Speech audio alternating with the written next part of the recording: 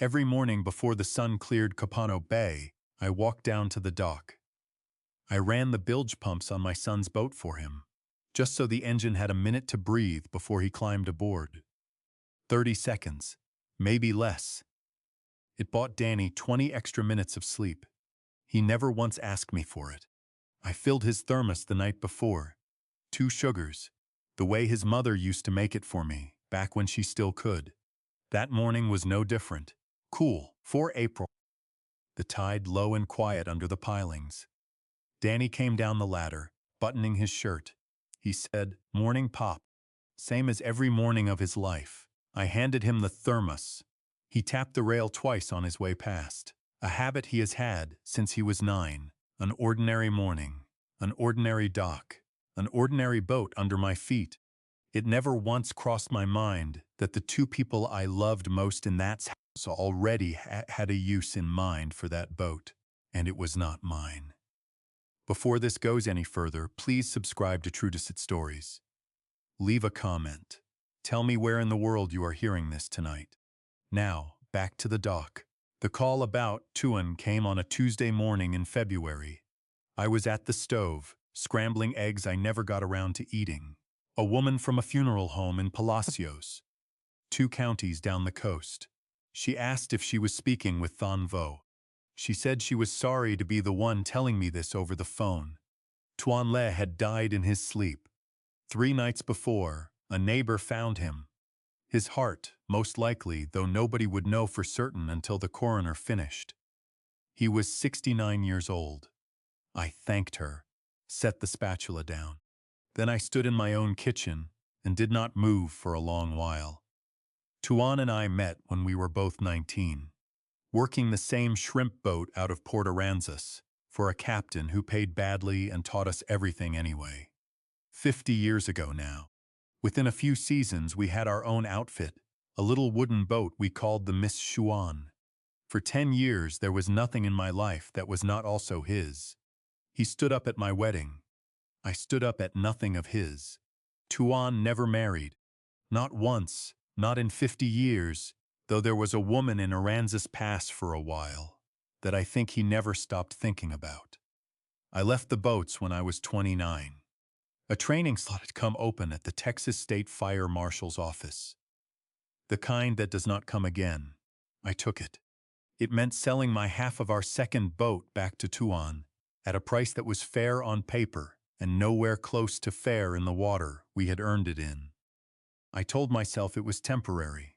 I told myself a great many things that spring. Tuan did not shout at me. He signed the papers a lawyer in Rockport drew up. He shook my hand at the end of it. He never spoke to me again. 40 years. I sent a card when his mother passed. I heard nothing back. I heard second hand when he lost the finger on his right hand to a winch. I did not call. By then, not calling had become the whole shape of the thing between us. Easier to keep than to break. I gave the fire marshal's office 36 years after that, reading what a fire tells you about the people who set it. I retired 4 years ago, with nobody left in my own house to ask me one question about any of it. The funeral home wanted me in Palacios to sign for the estate. There was nobody else living to sign for it. I drove down on the Thursday, the bay flat and gray on my left. The whole way down.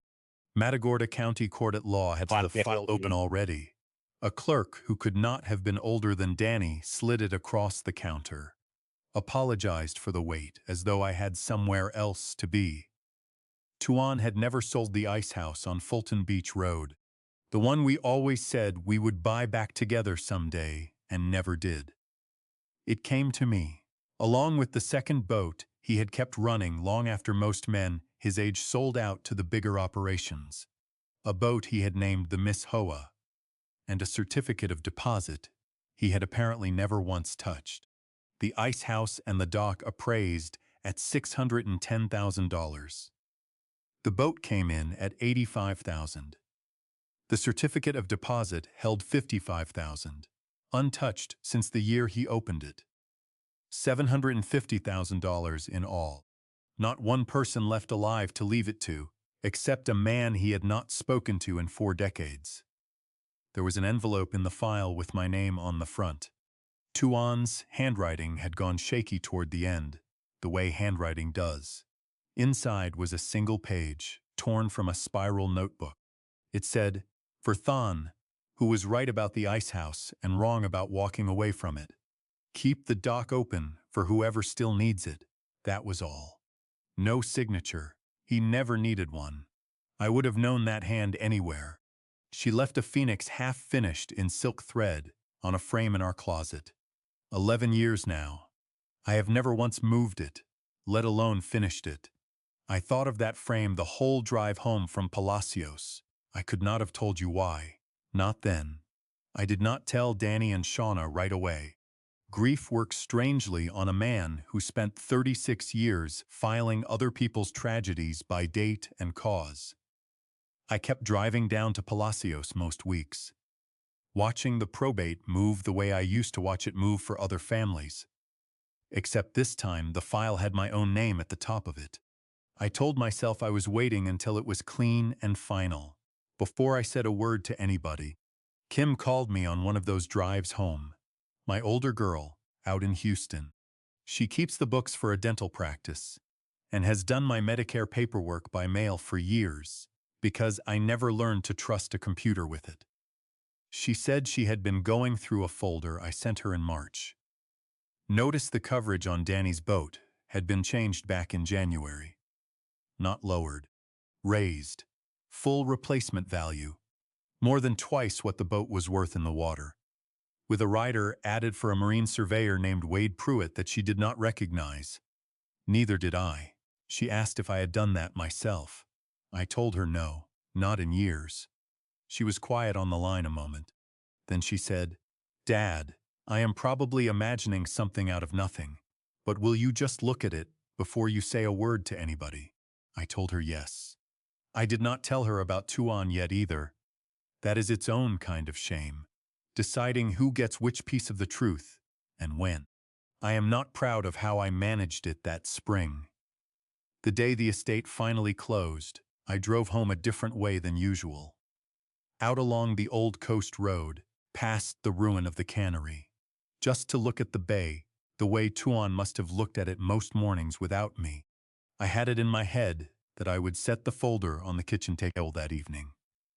Let Danny and Shauna ask their own questions.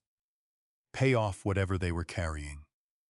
Put the Miss Hoa to work under a hired captain, since neither of them wanted a second boat, and I no longer had the knees for one. For once in a long while, the whole house would have something good to sit inside of. Together, it was near dusk when I pulled up to the ice house instead of the house. Danny's truck was there. I wanted to tell him first. Alone, before Shauna got hold of the number. The window unit in the office was rattling in the wall, the way it always does. Propped half out of its frame, since nobody had fixed the bracket in 3 years.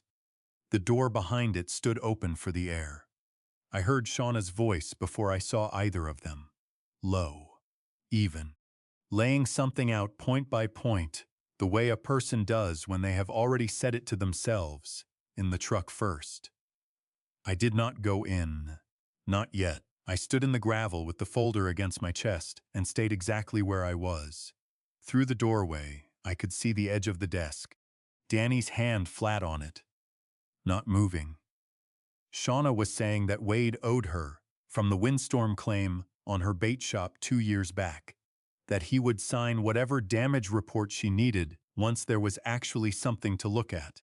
She said the policy had been sitting at full replacement since January, exactly the way she wanted it, and nobody had questioned a rider on an old man's boat, because nobody ever does. Danny asked what happened if Dad noticed the coverage before then.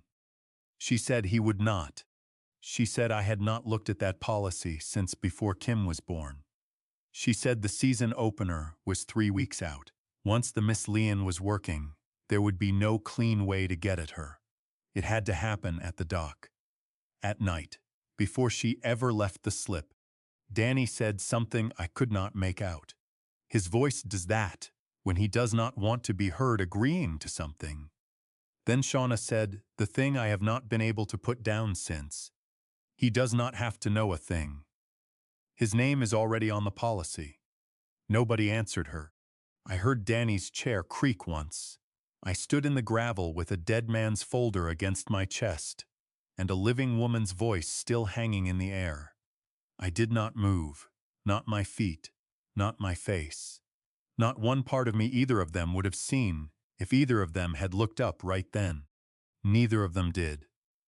There were 3 things I used to tell a new investigator in the years I trained them. You do not put out a fire you are still trying to understand. Kill it too early and you have a wet mess and no answers. The man who said it walks around free because you were in a hurry to feel useful. The cause is never the first story you are told. It is what is left standing when every easier explanation has burned away in front of you. And a point of origin only tells the truth to a man who has not already decided what he expects to find there. I said all 3 of those things to myself, standing in the gravel outside my own ice house. Then I did the only thing that made any sense. I walked in. "Smells like you found something good," I said, nodding at the takeout on the desk. Shauna said it was just shrimp from the co-op.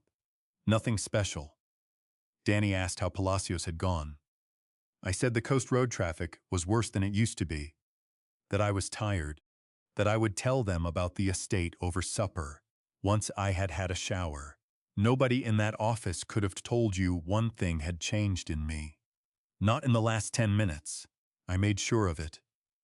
I drove home behind Danny's truck, the folder still on the seat beside me. I did not open it again that night. I went to the closet instead, after supper, and took Leon's embroidery frame down for the first time in 11 years. I did not thread a needle. I only looked at where her needle still sat in the linen, exactly where her hand had left it. It was not defiance. It was not a message to anybody. Tuesday and Thursday nights I sit with that frame. Nothing about that particular Tuesday was going to be the exception. Whatever I had just heard through a prop door. I called Gary Lowen the next morning. Gary and I came up together at the fire marshal's office. 30 years on the same rotation before he went private, doing origin and cause work for carriers who wanted a second opinion before they paid out on anything large. Nobody alive reads a burn pattern faster or trusts an adjuster's report less. He came out to the house that evening, sat at my kitchen table with his boots still on, the way he always has, and let me talk until I ran out of things to say. Then he told me what it was, in order, the way I would once have told a rookie. Insurance fraud, under Texas Penal Code Chapter 35. The moment a false claim gets filed on a policy, Shauna had already inflated back in January, months ahead of any fire. If the boat burned on purpose, that was arson stacked on top of it. Section 28.02. It stopped being a family matter the second an accelerant or a timed short went anywhere near that hull. Gary said the policy itself was the case. If we could show when the coverage changed, and who asked for the change. He said an adjuster who signs off on a claim he has reason to doubt is not making a mistake. He is committing his own crime. One his license does not survive. I asked him about recording them. He told me what I already half knew, from 30 years of handing that same answer to grieving families. Texas needs only one party's consent. I am a party every time I stand in that ice house. Section 16.02 of the Penal Code. He said it plainly, the way you hand somebody a fact rather than a comfort. I bought a small recorder the next morning from a marine supply store on Austin Street in Rockport. Paid cash. Put it in the tackle box I keep on the shelf by the ice house door. The one Shauna never touches, because she thinks everything in it smells of bait. Then I sat at the kitchen table with Leanne's frame in front of me and threaded a needle for the first time since I was a boy. Badly. 3 tries before the thread caught. It felt like the only honest thing my hands had left to do that week. Over the next 2 weeks, I built a record. the same patient way I once taught other men to build one. The tackle box sat on its shelf with the lid down. I did not follow anyone. I did not go through a drawer that was not mine to go through. I set my hand on that box on my way past most evenings, lifted it again on my way out. What came back, over those 2 weeks, was Shauna's whole plan, laid out in her own plantling voice. She had Wade Pruitt lined up to inspect whatever was left of the Miss Lean and file the claim within 48 hours, before anybody official had a reason to look twice. She wanted it done the night before the season opener, when the boat would already be loaded and idling for an early run, so a short in the bilge wiring would look exactly like the kind of accident that happens to old boats on cold mornings. I heard her tell Danny the payout would clear their loan against the bait shop with room to spare. $42,000. Due as a balloon payment in 6 weeks, to a private lender who did not care where the money came from as long as it came. I had not known about that loan. I do not think Tuan's money was ever really the point for her. It was only the fastest way out of a hole she had already dug on her own. Danny asked, once, what happened if somebody got hurt untying her? Shauna said nobody would be aboard. She said it the way a woman answers a question about tide tables. He asked the true thing exactly one time, the way I have come to expect it goes, in a house like mine, he said. Dad built that boat back up himself after the last hurricane. You know that. Shauna said she knew. She said it anyway. Danny let it go. That was the whole of him in that argument. He let it go, and 2 nights later, he helped her carry a fuel can down to the dock in the dark. I know that because the recorder in the tackle box caught the two of them arguing, low, about who would carry which end. I did small things those 2 weeks. I re-tarred the crab pots. I paid the light bill. I mended the tier in the cast net that had sat in a bucket since Christmas.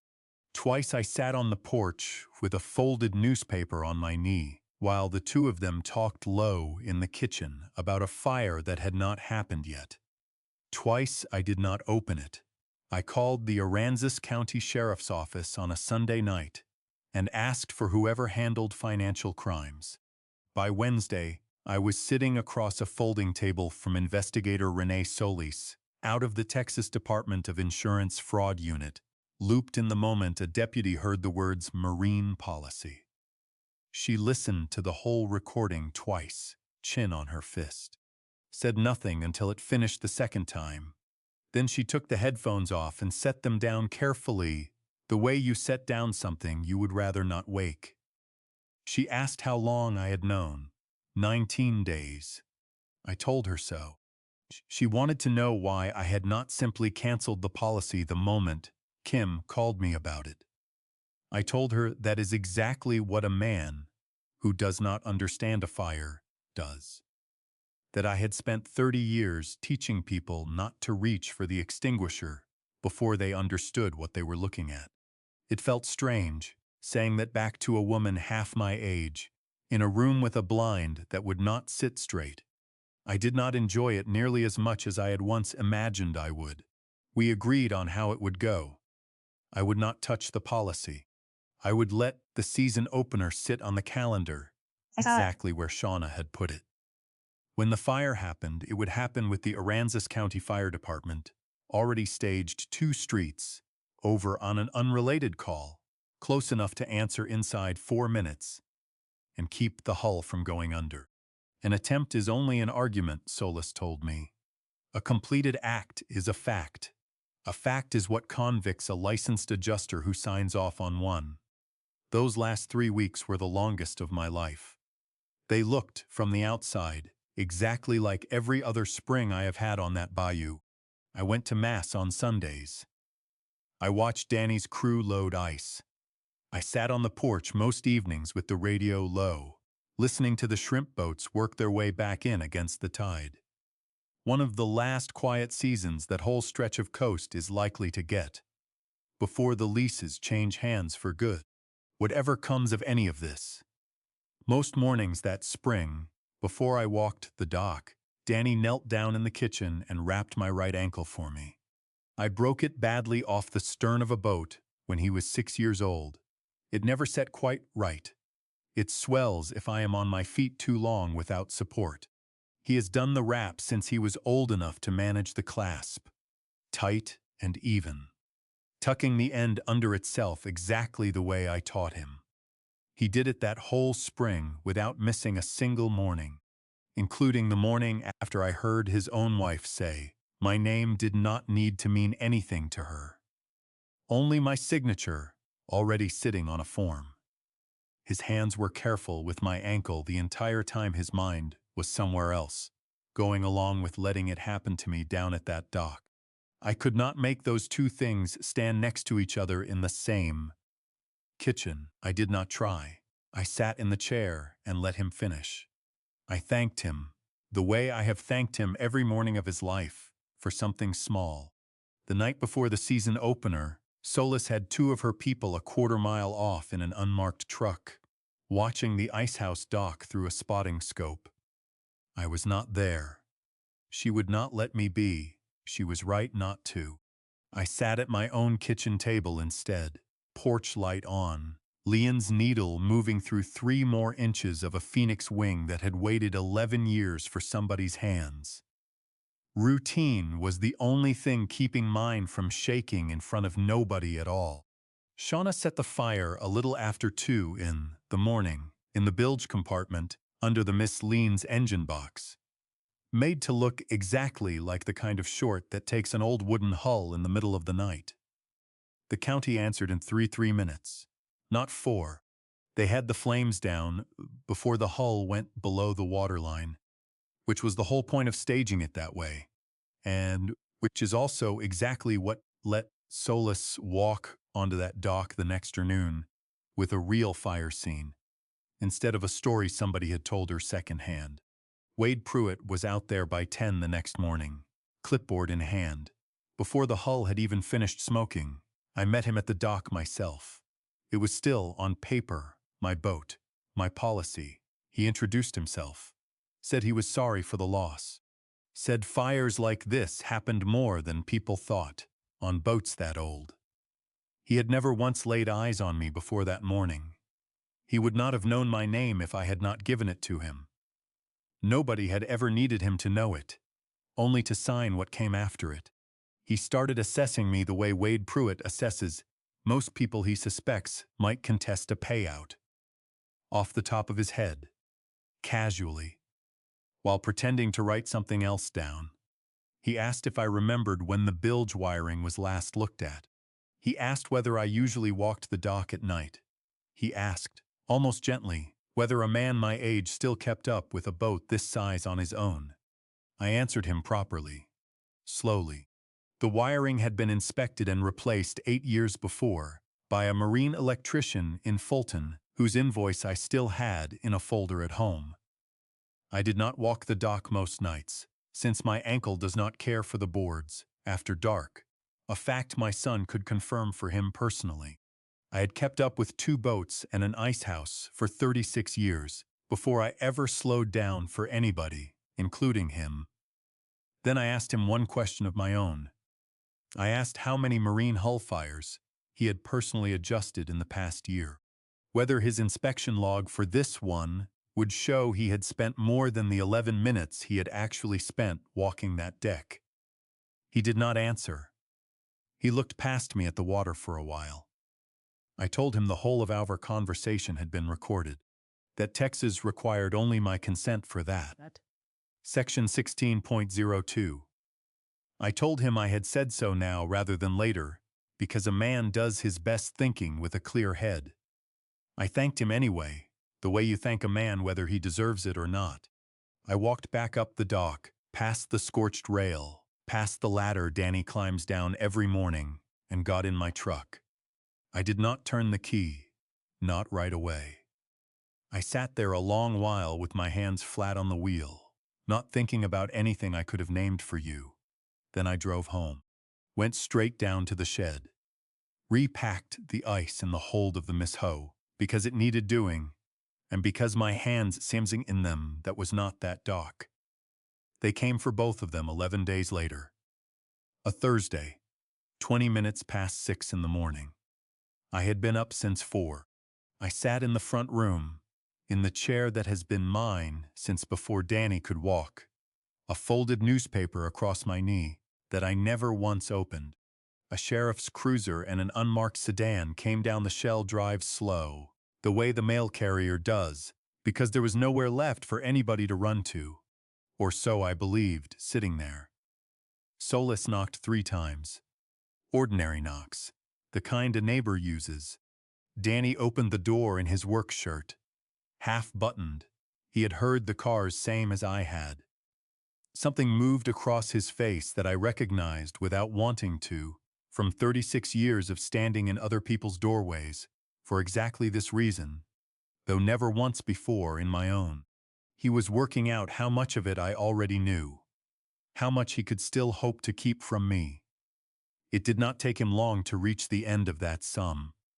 His shoulders came down. After that he was almost polite with them, which was somehow worse to watch than if he had shouted. Shauna was not there. Her truck was gone. Her side of the closet, Solis told me later, was mostly empty. A duffel bag Danny recognized was gone with it. Solis thinks Wade Pruitt called her. Sometime after I walked off that dock, Liss frightened enough for his own license to warn somebody, anybody, that the old man had known more than he was supposed to. Whatever the reason, she was gone by midnight. She has not been found since. Danny came out barefoot. Nobody had thought to let him find his boots. It was cold enough that morning for his breath to show. He did not ask for a coat. Nobody offered him one. I have gone back to his bare feet on that gravel, more than almost anything else from that hour. 20-some years I fussed at him for tracking mud through my kitchen. There he was, walking to a car with nothing on his feet at all. I only sat there and watched him go. He said, "Pop, tell them the ankle wrap was your idea, not mine." It was such a strange thing to ask for, in that doorway, that I have turned it over every way I know how, and still have not found the bottom of it. I did not answer him. The money never once kept me up nights. That request has. They took him out with a hand at his elbow, ducking his head for a car door he did not choose. I watched until the cruiser turned onto the county road, and I could not see it any longer. Then I sat back down and folded that newspaper along its crease once more. Did not open it that day either. Solis stayed behind for the search. She found me still sitting there an hour later and asked, careful with it, whether there was somebody who could come sit with me. I told her Tuan was dead, and Lien was dead, and my daughter was 3 hours up the road, with a job she could not leave on a Thursday. She did not write any of that down. She went and made a pot of coffee in my own kitchen without asking first. I have not forgotten that she did. Danny pled guilty, eventually, to conspiracy to commit insurance fraud under Texas Penal Code, Chapter 35. 5 years of deferred probation. Restitution owed on a boat that ended up worth less burned than it had ever been worth afloat. The prosecution's own filing called him a reluctant participant who raised an objection once and failed to act on it. I did not stand up and argue with that description. Nobody in that courtroom had spent as many nights with those 2 weeks of tape as I had, and there was nothing on them that told a different story than the one the prosecutor told. Wade Pruitt pled guilty to insurance fraud under the same chapter. The Texas Department of Insurance pulled his license the same month, permanently, with no path back to it. 44 years old. Word on the harbor is he sells pontoon boats now, 2 counties over. Somewhere nobody checks a man's history before they shake his hand. Shauna was indicted in absentia on arson and insurance fraud, Section 28.02 and Chapter 35 both. The warrant is still open. I do not know where she is. Some mornings I catch myself hoping she is somewhere warm and far from here, which is not the same thing as forgiveness. I have stopped trying to make it one. I am 69 years old. I still live on the same stretch of Copano Bay I have worked most of my life. The ice house is still open. I put some of what Tuan left toward a new ice machine. Last winter, the old one having finally quit because a working ice house is the one thing keeping the last few independent boats on this bayou off the co-op in Rockport. Tuan would have found that funny, I expect. Me spending 36 years of fire instincts on a machine that keeps things cold instead of things burning. Whatever the Miss Hoa earns past her own upkeep goes straight onto Danny's restitution, paid down faster than the court ever asked me to pay it. He does not know. Not yet. Anyway. He may never need to. He does not have to know a thing. His name is already on the policy. I still hear her say it. Danny calls most weeks now, from a number I do not always recognize. I let it go to voicemail more often than I answer it. I listen to what he leaves twice, before I decide anything about calling back. I could not tell you, most weeks, what I am waiting to hear that I have not heard already. I finished Leon's Phoenix in June. At last. She had stitched everything above the wing in silk so fine. You cannot see one thread cross another unless the light catches it right. I was never a man anybody taught a needle. It shows in the last 4 inches of that bird. Thread pulled a little too tight in places. A color close to hers but not her exact dye lot, bought off a shelf in Rockport, because the shop that sold her the original silk closed years ago.